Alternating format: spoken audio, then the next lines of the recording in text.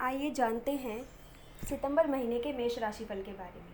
तो आपको बता दें, जो मेष राशि के जातक है उनके लिए जो सितंबर का महीना है उन्हें उस औसत परिणाम मिलने की संभावना है। और ऐसा इस वजह से होगा क्योंकि जो आपका प्रमुख ग्रह है शनि, वो वक्री अवस्था में है और जो राहु और केतु है वो पहले और सातवें भाव में बैठे हैं। शुक्र जो कि दूसरे और सातवें भाव के स्वामी के रूप में चौथे भाव में वक्री अवस्था में है, और राशि का जो स्वामी है मंगल, जो कि ऊर्जा का कारक भी कहा जाता है, वो भी छठे भाव में मौजूद है। तो आपके पहले हम करियर के बारे में बताते हैं कि करियर में जो आपको परिणाम मिलने वाले हैं वो भी मिले जुले मिलने वाले हैं। ना ही आपको ज़्यादा लाभ होगा, ना ही ज़्यादा हानि होगी।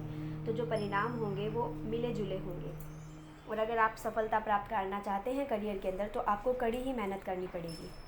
और जो भी आपको टारगेट हासिल करना है उसके लिए आपको पहले से ही प्लानिंग बना के चलना होगा, नहीं तो बाधाएं भी आ सकती है और जिससे आपको टेंशन रह सकती है।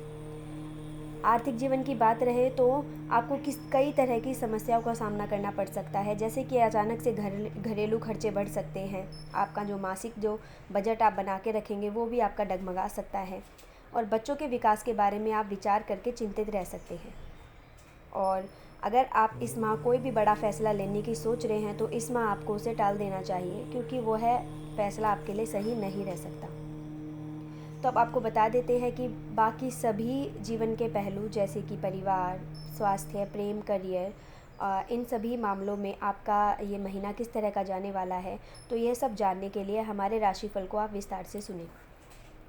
तो सबसे पहले आपके कार्य क्षेत्र के बारे में बता देते हैं कि करियर के क्षेत्र में आपको औसत परिणाम मिलने की संभावनाएं हैं। आपके जो राशि का स्वामी है मंगल, वो आपके छठे भाव में है, जिससे आपके पेशेवर जीवन जो है वो बेहतर रहेगा। और जो प्रशासनिक पद पर है उनके लिए ख़ास तौर पर ये अच्छा रहने वाला है। करियर के क्षेत्र में आपको विदेश जाने का भी अवसर मिल सकता है, और जो जातक करियर में बेहतर मौका ला सकता है, जातक के जीवन में यह अवसर जो आएगा विदेश जाने का, आपके जीवन के अंदर एक बेहतर मौका हो सकता है ये। और आपके विदेश जाने के योग प्रबल बन रहे हैं।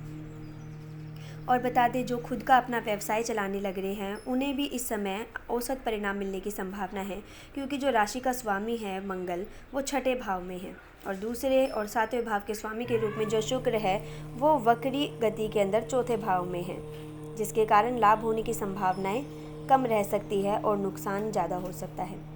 तो ऐसे में आपको क्या करना होगा, आपको प्लानिंग से कुछ भी काम करने की हम सलाह देंगे कि कोई भी कार्य करें तो उसको प्री प्लान कर ले पहले ही।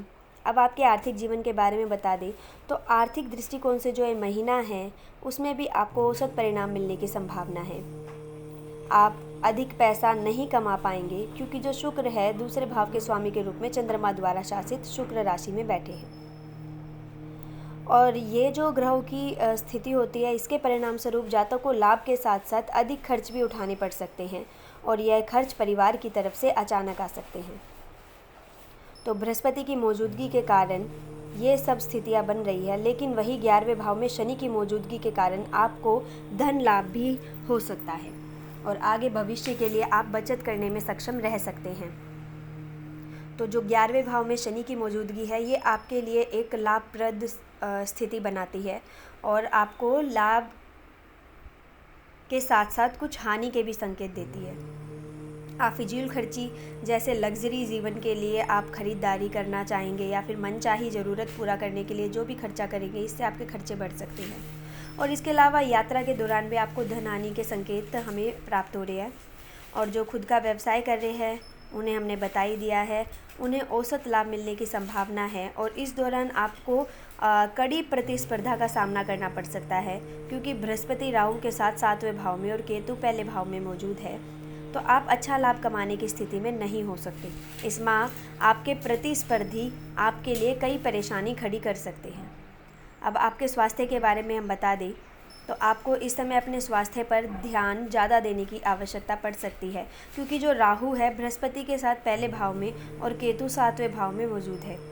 हालांकि चंद्र राशि से पांचवें भाव पर बृहस्पति की दृष्टि बेहतर स्थायी स्वास्थ्य बनाए रखने में मददगार साबित होगी, परंतु जो पहले भाव में राहु है और जो सातवें भाव में केतु है, ये आपके अंदर एक घबराहट और तनाव जैसी स्थितियाँ पैदा कर सकते हैं।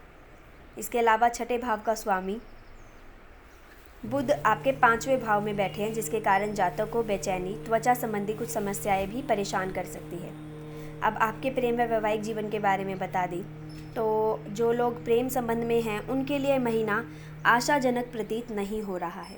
इस माह प्यार को बरकरार रखने की कोशिश आपकी नाकाम रह सकती है और आपके जो साथी हैं उसके साथ आपके मतभेद की स्थितियाँ भी पैदा हो सकती है। ऐसे में आपको सामंजस्य की स्थितियाँ बनानी होगी और कोशिश करना होगा कि आप अपनी मन की बात खुलकर अपने पार्टनर से कर सकें। जो लोग विवाह करने की योजना बना रहे हैं वो इस योजना को आगे के लिए टाल दें, क्योंकि आपके लिए इस माह शादी के कोई भी योग नहीं बन रहे हैं और ऐसे में अगर आप विवाह संबंधी कोई निर्णय लेंगे तो वो आपके लिए सही नहीं रहेगा। तो विवाह योजनाएं अगर बन रही है तो उसको अभी कुछ समय के लिए आप टाल दें। जो जातक लंबे समय से रिलेशनशिप में हैं और शादी करने की योजना बना रहे हैं उन्हें भी इंतज़ार करना पड़ सकता है, क्योंकि विवाह के लिए यह समय बिल्कुल भी अनुकूल नहीं है। इस समय शादी करने से रिश्ते में कई समस्याएं आ सकती है। जो लोग पहले से शादीशुदा हैं उनके लिए यह समय अनुकूल साबित नहीं हो सकता है।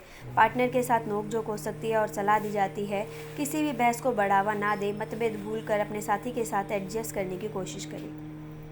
अब आपके पारिवारिक जीवन के बारे में हम बता दें तो आपका पारिवारिक जीवन इस माह मुश्किलों से भरा रह सकता है, क्योंकि राहु पहले व केतु 7वें भाव में मौजूद है।